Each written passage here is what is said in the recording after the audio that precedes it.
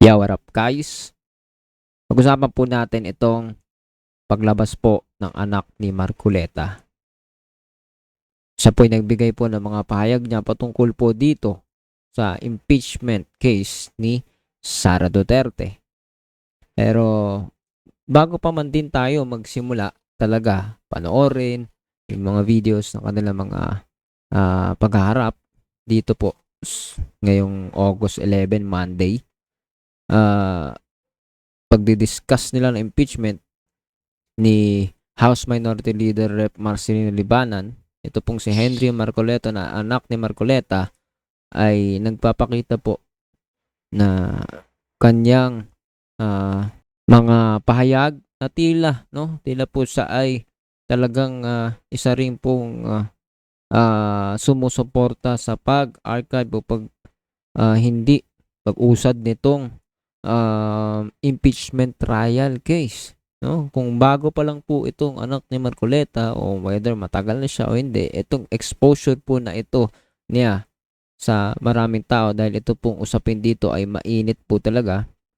Una pa lang po makikita na natin na siya po ay ang kanyang simpatya nandoon po sa mga pro Duterte dun sa tawag dito sa hindi pag-iimbestiga sa nawalang kaban ng bayan.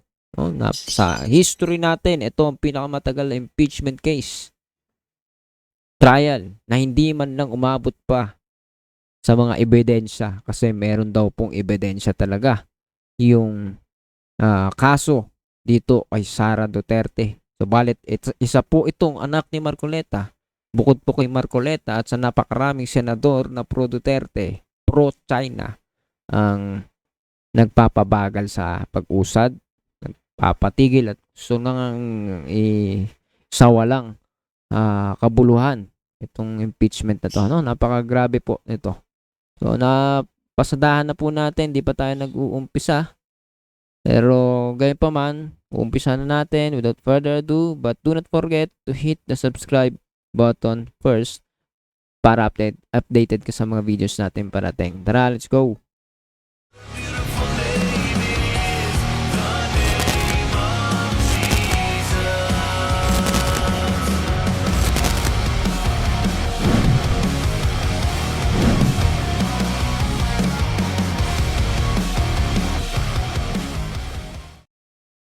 Alright mga tol. So, bago tayo magsimula, sa video po na ito, tingnan natin yung mga ilan sa pahayag na itong anak ni Marcoleta at syempre, titignan din po natin yung mga komento ng mga abogado, ilang eksperto dito sa usapin po na ito, Disclaimer lang sa lahat po ng sinasabi natin, Ipinauubaya ko sa inyo ang pagdedesisyon kung paano kayo mag-iisip, I'm not saying anything na absolute tayo ay tama. Pero, 'di ba? Meron tayong pinaghuhugutan at meron tayong mga basihan sa ating mga sinasabi. Para sa akin po, una pa lang po ay ang impeachment trial ay para po ito sa mga mamamayan at hindi po to para sa mga individual. Kasi, 'di ba? Meron pong pag napatunayan po ito, ang kaso na ito, hindi na po mauupo ang isang opisyal na napatunayang nagkasala, gumawa ng pag-iimbot, pagkuha ng kaban ng bayan. Hindi na po siya perpetual po yun, ang alam ko, na makakakuha pa ng posisyon sa gobyerno. Kaya the end na para sa mga Dutertes kapag ito po ay umusad at meron pong mga matibay na ebidensya talaga. And yet, ito po, panoorin po ninyo ang isang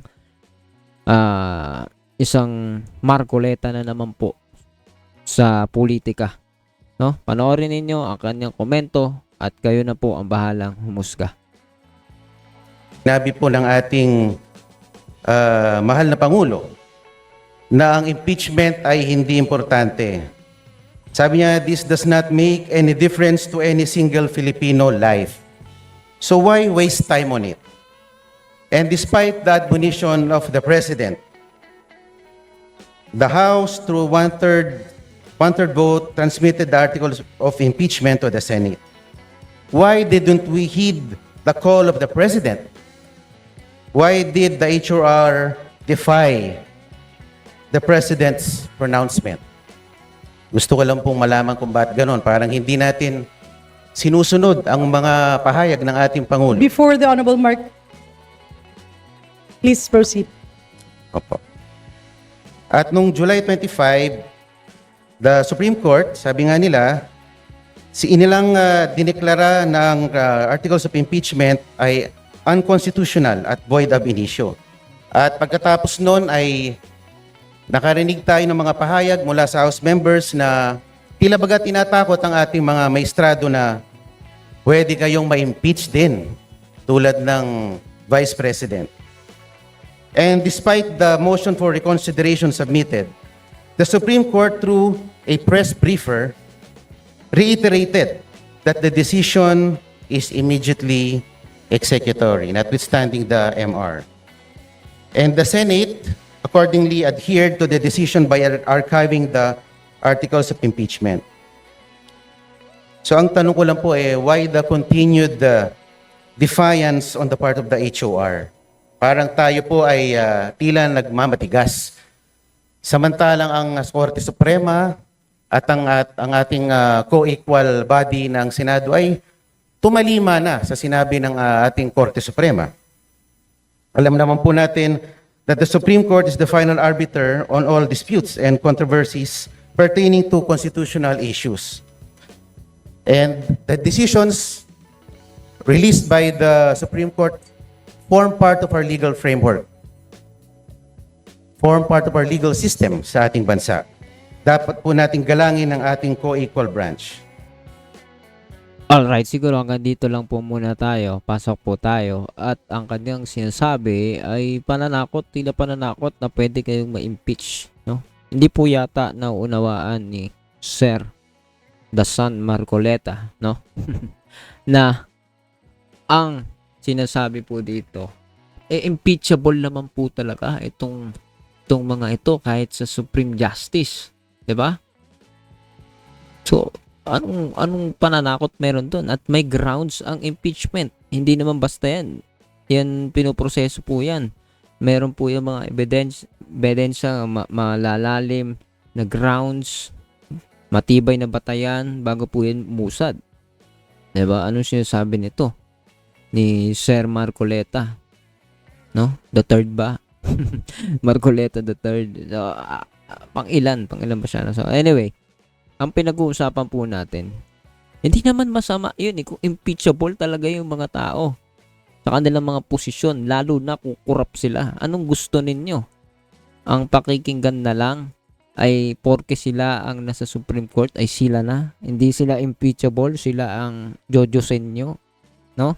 Sila na, hindi na sila pwede magkamali. Sa history ng politika ng Pilipinas at sa kahit saan ka pumunta, no? Ang korte ay pwede magkamali at kinokorek nila ang kanilang sarili, no? Disclaimer lang kasi ito po ay mga komento po din ng mga eksperto, mga abogado. Ewan ko po kung saan po pupunta itong anak din ni Marcoleta, pero sa umpisa pa lang po, no? Maaring matagal na siya o bago lang o ano man, pero itong exposure sa kanya itong issue na ito, siya po yung nagsasalita, no? Pero itong pagkakataon na nagkaroon siya ng exposure, ginamit po niya yan sa maling side. Nasa side po siya ng kamalian at kalikuan. Bakit kanyo? Dahil mas matimbang pa rin po ang pangangailangan ng mamamayan. Dahil kaya nga po nandyan sila sa gobyerno para maglingkod sa taong bayan at hindi baluktutin, paikutin ang mga kwento at sabay sasabihin na walang kabuluhan ang impeachment. So, ganoon na po pala yun, no? So, tama ang sinasabi po dito ni Sir Bukoy. Sabi dito, House Prosecution Spokesperson Attorney Antonio Bukoy and Representative Janet Garin take questions from the press during a news forum on Saturday, August 9. So, mas malinaw po ang explanation po nito ni Sir. No? Tayo po, dito sa channel natin, lagi po natin pinapaalala na hindi po tayo pro BBM, pro Duterte o ano man. Gitna po tayo lagi. Dapat para matimbang natin kung ano yung tama, kung mali, tutulan, kung tama, suportahan, regardless kung sino man. No? So, dito sa sinasabi po nila, mas matimbang po itong sinasabi nila dito kaysa sa sinasabi ni Marcoleta, ng anak ni Marcoleta, ng anak ng mga Duterte, ng mga pro-Dutertes na senador, no? Parang mga anak na nila, no? Anak ng mga anak. Papunta na ba tayo sa dinastiya, sa komunistang gobyerno? Ito ay hindi po maganda ang nakikita po dito sa katulad po ng anak ni Marcoleta na ang mga ay nagsabi na walang WPS, no? Another technicalities issue, but you can feel, no, the atmosphere of disregarding the interests of the Filipino people. Okay, sige, play natin tong bahagya dito sa House Prosecution Spokesperson Attorney Antonio Bucoy and Representative Janet Garin. Tignan po natin yung mga punto nila. Bahagya, no? Hindi naman natin matapos lahat yan, pero panoorin natin. Maganda po yung explanation niya kahit sa bungad lang. Play natin. Minsan nakakapagtaka na ang pinag-uusapan sa impeachment ay puro technicalities, rules. Batas man sabihin, pero batas lang na ginagamit para susugan ng kanilang katwiran na maitaguyod yung rules. Hindi ho bang impeachment hindi lang naman ito judicial process. Practically, this is a political process. It is first and last a political process. Bakit kanyo? Ang maghahain ng impeachment, yung initiation ng impeachment complaint, nagsisimula sa mababang kamara. Hindi ho lahat yan abogado. Ang paglilitis ay gagawin ng Senado, hindi ng hukuman. Ang maghuhusga ay mga senador na hindi lahat abogado. Political dahil iba ho ang motivasyon nito, hindi upang parusahan, hindi para ikulong, hindi para bawian ng buhay o pag-aari ang nasasakdal. Ano ho ang konsekwensya? What is the consequence? Tanggalin sa posisyon at i-disqualify perpetually. Hindi kulong. Kasi yun yung krimen, yung mga isinakdal. Hiwalay ho yung usapin pagdating sa enforcement ng personal liability. Iniiwan ho yan ng saligang batas sa regular courts. Kaya nakalagay ho doon sa Article 11 that liability for plunder and all other crimes na kasama doon sa sakdal ay hiwalay na usapin. Ang legal dahil we have to go through the process, yung paglilitis sa Senado. Pero yung naging desisyon ng Supreme Court, lumalabas ho, may paglilitis sa Kamara, which was never the intention of the Constitution. Hindi ho yun yung naging intensyon. Ngayon ho, dadaan ka talaga sa butas ng karayom bago ka makapag-impeach. Yung una hong mode, medyo palalawigin ko. There are two modes of impeachment. Yung una ho, reklamo ng isang mamamayan na inendorso ng miyembro ng Kamara or complaint ng isang miyembro ng Kamara. Yun ho ang dadaan sa hearing sa committee. Pag na-refer, yun yung initiation. Yung second mode, one step lang, self-executory. Pagka meron kang at least 1/3, yun ang articles of impeachment. Yun ang ipapadala sa Senado. Tapos, maglilitis na forthwith. Ngayon ho, yung pangalawang mode na dapat ay shortcut dahil 1/3 na Okay? Ito, Ang kailangan mo 102 lang kasi 306 members ang ang Kamara. Ito 215. Lampas, labis dun sa threshold na 1/3. Ngayon, mas mahirap po. Kaya kami nag-motion for reconsideration under the existing ruling of the Supreme Court. Kung hindi ho ito mare-reconsider, practically wala ka nang mai-impeach. Yung one step na second mode, mas mahirap pa ngayon kaysa sa first step. Yung first mode. Attorney, again, for us non-lawyers, I can say na may absurdity yung naging hatol ng Supreme Court. For one, kinakailangan yung lagda, yung signature ng isang kongresista again ni Deputy Speaker Janet Garin, ise-certify pa na talagang pumirma. Imagine kung ganitong magiging batas, so lahat ng dokumento, pati cheque ni Congresswoman Garin na pinirmahan niya, kinakailangan pang may certification na talagang pumirma siya. Di ba yung signature is a certification in itself? Hindi lang ho yun May iba pa. Isa ho yan. Hindi lang isa-certified. Dapat sila gumawa ng sinumpaang salaysay na binasa nila individually. Kada congressman, kada representative, gagawa ng sinumpaang salaysay na una, nabasa niya yung articles of impeachment. Naunawaan niya yung articles of impeachment. Nakita niya yung ebidensya. Pero isa lang ho yan Yung una, isa sa mga kondisyon, maliban dyan, sinasabi, dapat detalyado yung ebidensya. Nasa desisyon ho yan. Kasama yan doon sa aming motion for reconsideration. Dapat detalyado. Pangalawa, dapat binigyan mo yung impeachable officer, yung impeachable public servant, ng kopya ng ebidensya mo, pati ng artikulo. Pangatlo, dapat lahat ng kongresista bibigyan mo ng kumpletong set ng articles, pati yung ebidensya. Dapat magkakaroon ng deliberasyon sa plenaryo. Dapat bibigyan ng sapat na panahon, hindi lamang ang kada kongresista na timbangin bago siya bumoto. Dapat bigyan mo rin ng sapat na panahon yung impeachable officer na sapat na panahon. Ang mahirap pa dito, yung sapat na panahon or reasonable time is subject to review. Subject to review pa ng Supreme Court.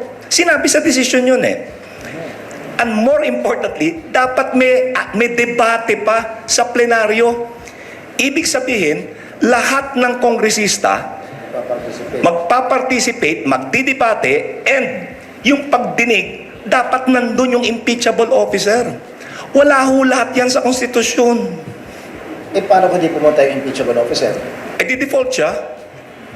Dahil ang importante naman is notice Alam mo, may pagdinig, nasa sa iyo kung sisipot ka o hindi. Para pala tong boxing, araw-araw, para hindi matuloy, nagbabago yung yung kondisyon. Okay guys, hanggang dito na lang tayo. Napakahalaga po ng pinanood natin na komento po dito sa House Prosecution Spokesperson Attorney Antonio Bukoy at ni Rep. Janet Garin. Ang kanilang mga opinion po dito ay mapapanood po ninyo yan sa ANC, no?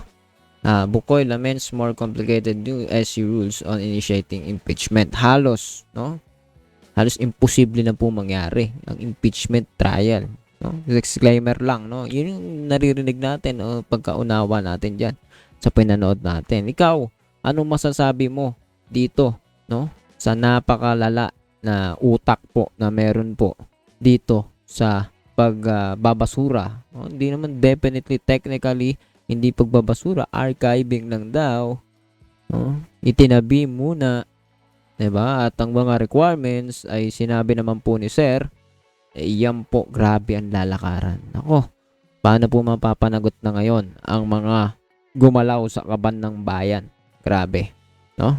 Bagong SC rules na ito, matindi po, no? Papunta na ba tayo sa komunistang bansa? At ang mga uupo ay ang mga diktador na kapag kinontra mo ay tatawagin kang adik at ikaw ay kurap. Bagamat gayon pa man sila po yung may mga kaso ng korupsyon. So, ganyan po ba ang gusto po natin sa bayan natin? So, ikaw, anong masasabi mo dito sa mga komento po nila, no? Dahil si Sara Duterte, si VP Sara Duterte, hindi naman siya hinahatulan pa eh. Iimbestigahan, pero hindi man lang tayo mabot pa sa ebidensya, no? Kaya kayo, anong masasabi ninyo dito? Comment down below, pag-usapan natin yan sa comment section. Patuloy magre-reply po ako sa inyo. And please, do not forget to hit the subscribe button and notification bell para updated kayo palagi sa mga videos natin parating. And syempre, malaki pong tulong yan sa channel natin para makapagpatuloy tayo. See ya ulit sa susunod na video. God bless us all po.